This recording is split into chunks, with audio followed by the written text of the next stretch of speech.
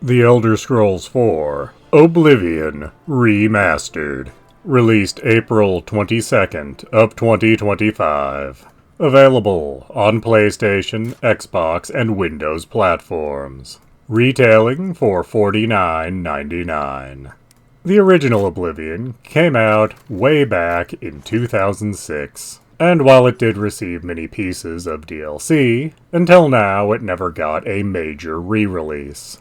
Which does make it stand in very stark contrast to its sequel, Skyrim, which at this point has received so many re-releases that it's kind of a running joke for people. But enough about that. What exactly has been brought to the table for Oblivion in this remaster? Well, for the most part, this is sort of a warts and all remaster, as it has been graphically overhauled and is a very beautiful game to look at now. But most of what you remember from playing Oblivion, assuming you did almost 20 years ago, is still here. If you are in a building in a city, and you are alone, and you pick up an item, therefore stealing it, a guard will still spawn to harass you. Ever since playing the original, I have been unclear on exactly how the guard is aware you have done anything. But I bring this up because the things that happened in Oblivion like that will still happen in this remaster. So, if you've played the original, you will absolutely feel right at home, as nearly all of the quirky elements that defined the original are still very much here. And those quirks cut in both directions. It's great that you can do alchemy wherever you're at without needing to find an alchemy table, as long as you have a mortar and pestle in your inventory anyway. Same goes with enchanting and spellcrafting. Though sadly Oblivion lacks a crafting system for equipment. Bit of a shame they didn't import that from Skyrim, but I understand they wanted this to actually still feel like Oblivion.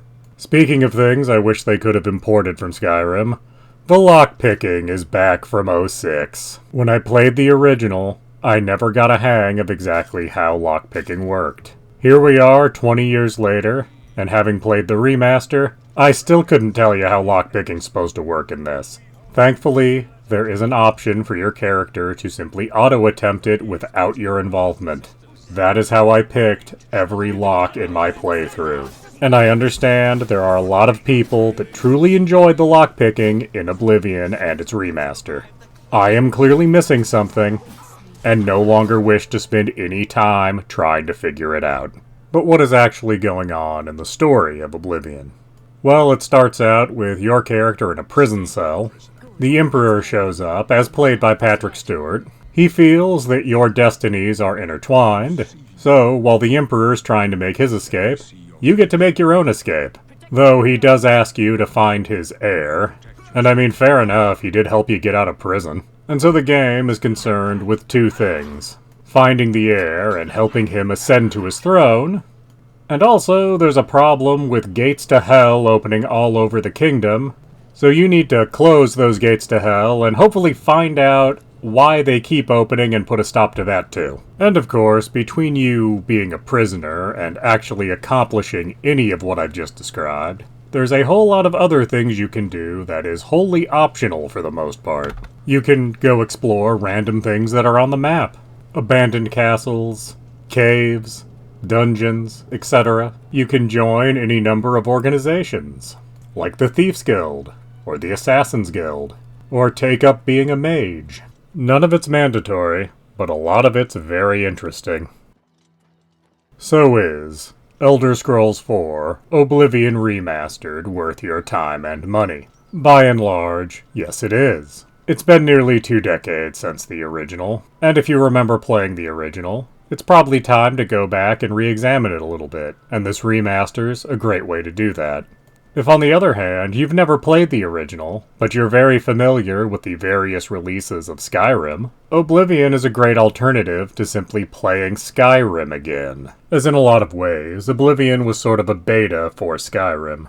But more than that, it also is sort of an awkward middle child between Morrowind and Skyrim, as it has the combat more reminiscent of Skyrim, but a skill system that's still more like Morrowind, as you still have major and minor skills. And you still have to either pick or make your own class at the beginning. And whatever you choose at the beginning, you're pretty much stuck with for your playthrough, which does necessitate you choosing very carefully. And that's not meant as a negative statement, as it does force you to play into your strengths that you chose at the beginning. And you don't have a safety net of being able to choose a different stone to get different skill bonuses. So yes, I absolutely recommend Oblivion Remastered. Regardless if you've played the original or not, this game is worth taking a look at in the year 2025. However, at least if you're playing on PC, you can still get your hands on the original version of Oblivion. Sure, this remaster looks very pretty,